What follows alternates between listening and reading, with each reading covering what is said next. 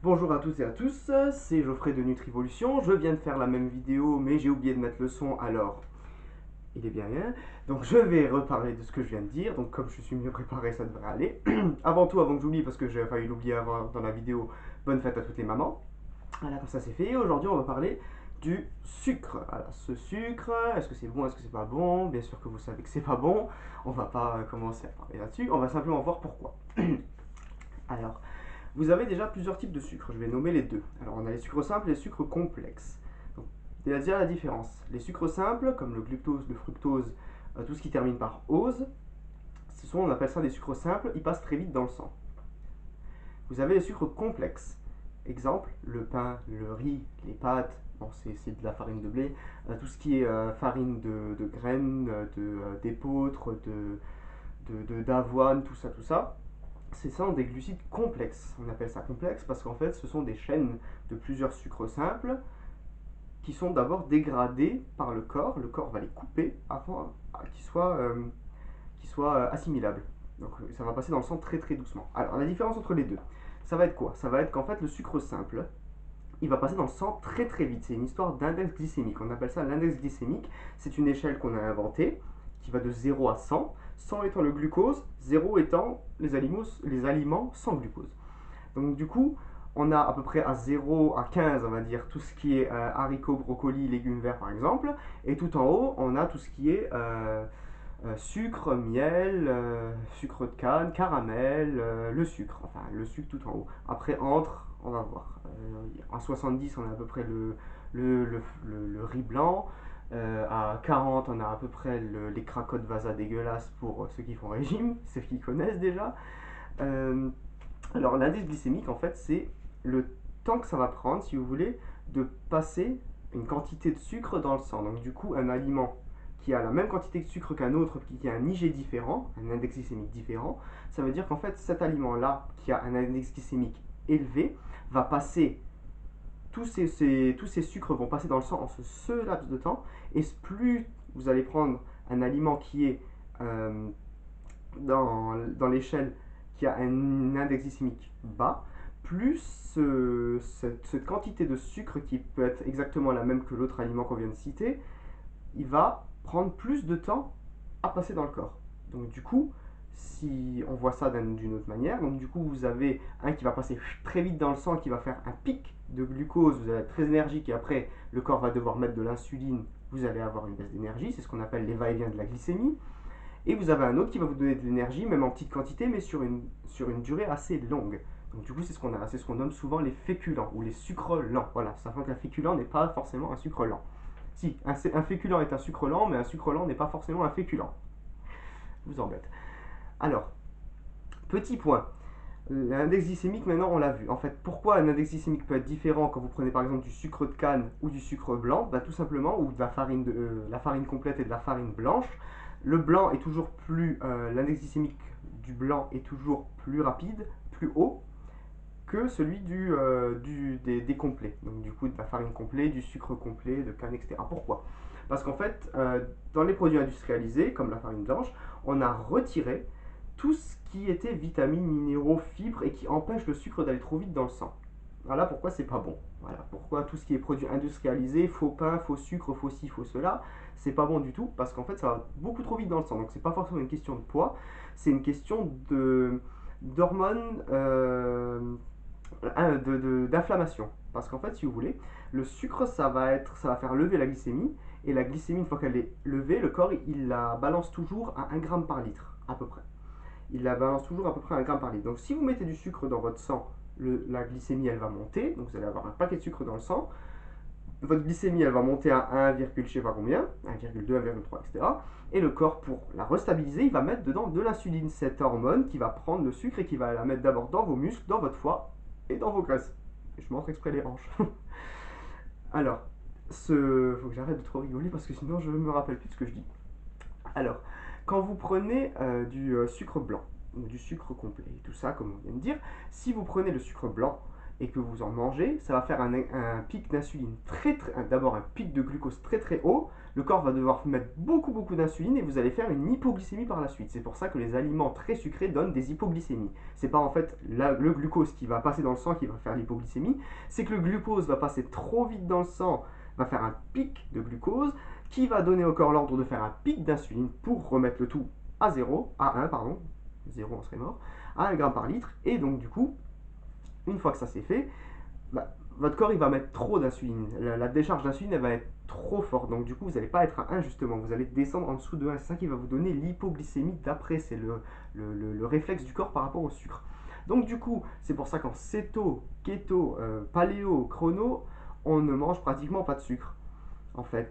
Parce qu'on respecte le cycle naturel qui fait que l'homme est un carnivore, même si certains ne sont pas d'accord. Et en fait, quand vous retirez le sucre, surtout pour le régime cétogène qui est c'est très important pour un régime cétogène de retirer le sucre, parce que votre corps il ne peut pas utiliser les deux choses en même temps. Si vous lui donnez un aliment qui est métabolisable, qui peut métaboliser en 12 heures, et un aliment qui peut métaboliser en 10 secondes, le corps va prendre l'aliment qui se métabolise en 10 secondes, pas en 12 heures. Voilà, donc si vous supprimez ça, le corps il n'aura plus le choix, il va prendre celui qui se métabolise en 12 heures. Et c'est pour ça qu'en nutrition, on a une espèce comment dire, une petite phrase à retenir, c'est le corps il faut le faire travailler. Non pas il faut lui donner n'importe quoi pour qu'il ait du boulot en charge, mais plus vous lui donnez des aliments qui sont durs à travailler, comme le fromage, la viande, etc., bien sûr en début de journée, plus le corps il va prendre du temps à tirer cette énergie de l'aliment. Et plus il va mettre du temps à dégrader tout ça. Donc du coup, quand vous mangez par exemple du fromage le matin, le fromage ça contient énormément de gras saturé, il va mettre 12 heures, le fromage va mettre 12 heures à être dégradé, à être métabolisé correctement. Voilà, donc je ne vais pas m'étaler là-dessus, on va revenir sur le sucre. Donc du coup, le sucre, il faut absolument, même si vous ne faites pas de cétose, paléo ou autre régime, mais il vaut mieux éviter les sucres rapides et donc du coup tout ce qui est transformé et même les sucres en général parce que c'est vraiment pas bon. Parce qu'en fait cette hormone qui s'appelle l'insuline et qui va faire stocker le sucre du sang dans les graisses ou dans les muscles ou même dans le foie sous forme de glycogène, cette hormone elle est c'est une hormone d'inflammation. Donc du coup elle va faire vieillir le corps. Quand vous voyez par exemple des gens qui sont... En fait, je sais pas comment vous expliquer. C'est une hormone comme le cortisol qui est irritante. C'est le mot que je cherchais, c'est irritant. Donc vous avez d'un côté le sucre qui fait cette histoire d'hormones avec l'insuline, et de l'autre côté, en fait, le fait que les aliments soient blancs, enfin il y a même un troisième côté, le deuxième côté, le fait que les aliments soient blancs, quand vous digérez un aliment, vous donnez en fait une partie de vos enzymes, une partie de vos vitamines, minéraux pour que la digestion se passe, et en fait, la digestion, c'est du donnant-donnant, ça veut dire que vous donnez pour recevoir. Mais si jamais vous donnez vos nutriments, vos vitamines, minéraux, etc., pour rien avoir par la suite parce que vous mangez des trucs blancs où ils ont été débarrassés de leurs fibres, vitamines, etc., et ben ça va avoir un effet déminéralisant. C'est pour ça qu'on voit souvent certaines personnes qui sont blanches, si vous voulez, sans déminéraliser. Voilà, le terme c'est vraiment déminéraliser. Donc ça c'est une chose. Mais par contre, donc on a l'index glycémique élevé avec les trucs blancs, etc. Mais si vous prenez des trucs complets, donc, comme on la place du riz blanc, vous voulez manger du riz complet, tout dépend de la résistance de votre intestin. Parce que l'intestin, je connais beaucoup de monde qui sont devenus véganes, qui ont remplacé leur viande par non seulement des trucs au soja, mais en plus des trucs complets comme le riz complet, les flocons d'avoine, etc. Et ils s'en sont sortis avec ce qu'on appelle une perméabilité intestinale. En anglais, leaky gut, c'est quand vous avez les jonctions qui sont dans l'intestin, comme ça, la paroi de l'intestin est là, vous avez les jonctions, et à force de manger des antinutriments et des trucs qui vous cassent complètement les jonctions, votre intestin, il ressemble à ça. Voilà, il est plus comme ça, il est comme ça. Donc du coup, ben, ça c'est une porte ouverte, si vous voulez, à toute fermentation, bactéries et empoisonnement du sang. Parce qu'en fait, il n'y a plus de jonction dans l'intestin qui... Voilà. Donc tout ce qui est germe de blé, c'était la grande mode à un moment d'avoir du pain qui fait aller aux toilettes, c'est-à-dire du pain au son de blé, au germe de blé, ou je ne sais quoi. C'est pas une très bonne idée, ou riche en fibres, etc. Parce que les fibres, les germes de blé, tout ce qui est enveloppe qui entoure les graines comme le blé par exemple, vous prenez du blé complet, c'est parce que la graine, le tour en fait, de la graine, ce qui est autour, c'est encore là, et du coup, vous allez pas l'assimiler, mais ça va, les gens pensent que ça va faire ça, c'est bien, ça fait aller aux toilettes, c'est plus riche en minéraux, ça fait l'index glycémique est plus bas. Oui, c'est plus riche en minéraux, l'index glycémique est plus bas, mais, nous en tant qu'être humain, on n'est pas des poules, donc en fait on n'assimile pas ces vitamines, ces minéraux, tout ce qui est présent. C'est comme vous quand vous mangez la peau d'une pomme, vous pensez bien faire avec les vitamines, je sais qu'il y en a encore plein qui pensent ça, mais en fait vous avez plein de vers, même quand elles sont pasteurisées, vous avez encore des vers qui restent sous la croûte de peau. Oui, oui, des vers, vous avez entendu.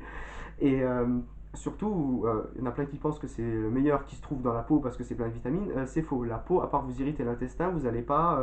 C'est du végétal. Donc l'acide gastrique de l'estomac, il va pas casser la peau pour vous nourrir. Non, la chair du fruit, oui, la peau, non. Voilà. Donc ça, c'est les principaux points. Donc index glycémique, le fait que ce soit blanc sans minéraux, le fait que si vous mangez ça avec un bon index glycémique et qui est encore complet, c'est pas bon parce que vous allez vous irriter l'intestin. Bien sûr, c'est pas parce que vous allez manger une cuillère de riz complet que vous allez vous irriter l'intestin, hein, on s'entend bien.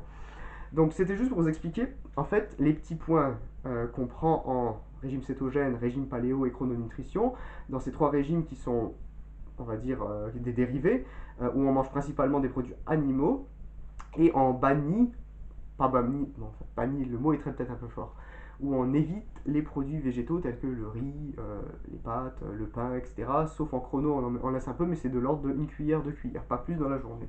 Voilà, donc on est vraiment à des réductions de glucides très importantes. Donc sachant que si vous faites par exemple un régime cétogène, vous êtes obligé de dire à votre corps qu'il faut qu'il utilise des cétones. Votre corps, si jamais vous lui donnez encore du sucre ou même des produits qui ne contiennent pas de glucose, ça va être ma prochaine vidéo, je vais parler des produits qui font lever la glycémie alors qu'ils ne contiennent pas de glucides. C'est le cas par exemple du café, je donne déjà un exemple. Le café contient de la caféine. On sait tous qu'avant une prise de sang, on ne va jamais boire un café. Tout simplement parce que la caféine fait monter la glycémie. Voilà, et on vous fausse vos valeurs. Pourquoi? Parce que, bon, je l'expliquerai ça en plus en détail dans une autre vidéo, mais la caféine fait partie de la famille des méthylxanthines. C'est une espèce chimique qui décharge le glycogène qui est présent déjà dans les muscles et dans le foie. Donc du coup, le glycogène se retrouve sous forme de glucose dans le sang. Donc du coup, fait monter la glycémie. Et donc si vous faites une cétose et vous buvez du café, vous êtes sensible à la caféine, et ben votre corps il va pas utiliser les cétones parce qu'en fait les corps cétoniques ne peuvent être utilisés que par le corps. Alors on va déjà faire la différence entre cétone et cétose nutritionnelle et être céto-adapté. Quand vous faites une cétose nutritionnelle, ça veut dire que vous déclenchez la cétose. N'importe qui peut le faire au bout de 6 heures sans glucides, vous commencez à avoir une haleine un peu fraîche, votre corps il commence déjà à créer des corps cétoniques avec votre foie. Voilà. Donc ça, en fait, n'importe qui peut être en cétose. C'est pas quand on appelle cétose, ce qu'on appelle cétose nutritionnelle, c'est également le fait d'être céto-adapté. Alors, le fait d'être céto-adapté, ça veut dire que vos cellules, elles vont utiliser les corps cétoniques, parce que c'est tout de déclencher une cétose et d'avoir des cétones qui se baladent dans votre corps. Si vous n'êtes pas céto-adapté, vos cellules, elles vont jamais utiliser les corps cétoniques. Donc, pour utiliser les corps cétoniques, il faut que vos cellules, elles soient forcées de le faire, forcées entre guillemets. Si vous mangez encore des sucres, même à un index glycémique bas, si vous avez encore du glycogène dans les muscles, si vous avez encore tout un tas de facteurs qui fait que vous avez par exemple un taux de cortisol élevé parce que vous dormez pas, vous avez encore, vous étiez diabétique donc vous avez encore dans le sang beaucoup d'insuline par exemple, vous avez l'insuline qui fuit. Voilà, toutes ces choses là, c'est des trucs qui font que la glycémie elle n'est pas stable. Et pour avoir une cétose correcte et pour être céto-adapté, pour que votre corps puisse finalement utiliser les corps cétoniques que vous produisez, il faut avoir une glycémie complètement stable et très basse de l'ordre de 0,7 g par litre, voire moins, 0,6. Moi j'étais des fois 0,5. Voilà. En sautant partout. Hein. Donc, euh, voilà, pourquoi est-ce que le sucre, il faut complètement le bannir, surtout quand vous faites un régime cétogène, et d'ailleurs c'est pas que le sucre qu'il faut bannir. Ceux qui font du paléo, ils n'ont peut-être pas le droit aux produits laitiers, mais ils peuvent manger des fruits peu sucrés, ça contient quand même des sucres qu'on appelle le fructose, mais c'est équilibré par les vitamines, les minéraux, de façon naturelle. Voilà. Donc, du coup, et en chrononutrition, bien sûr, je vous parlerai de ça quand j'aurai mon diplôme. La chrononutrition, on va autoriser tout ce qui est bien sûr pain, pâtes et tout ça, donc c'est plus relax, mais bien sûr c'est de l'ordre d'une à deux cuillères à soupe de quelques grammes dans la journée, c'est pas non plus la porte ouverte. Voilà, donc j'espère que vous avez aimé la vidéo. Maintenant que je sais comment fonctionne à peu près YouTube, euh, je sais que vous pouvez vous abonner. J'ai mis une autre vidéo que vous pouvez aller voir. Vous pouvez aller voir sur ma chaîne toutes les vidéos que j'ai fait. Euh, Je vais éteindre ça parce que ça me stresse. J'arrive plus à me concentrer. Voilà, donc vous pouvez aller, vous pouvez vous abonner à ma chaîne, vous pouvez aller voir d'autres vidéos. J'ai laissé mon adresse email en dessous si vous avez des questions, peu importe lesquelles, hein, je réponds toujours.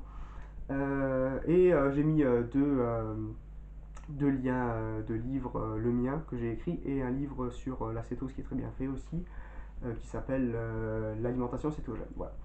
Alors, je vous dis encore une bonne fête des mères à tous ceux qui sont mamans et qui me regardent, et je vous dis à bientôt pour une nouvelle vidéo.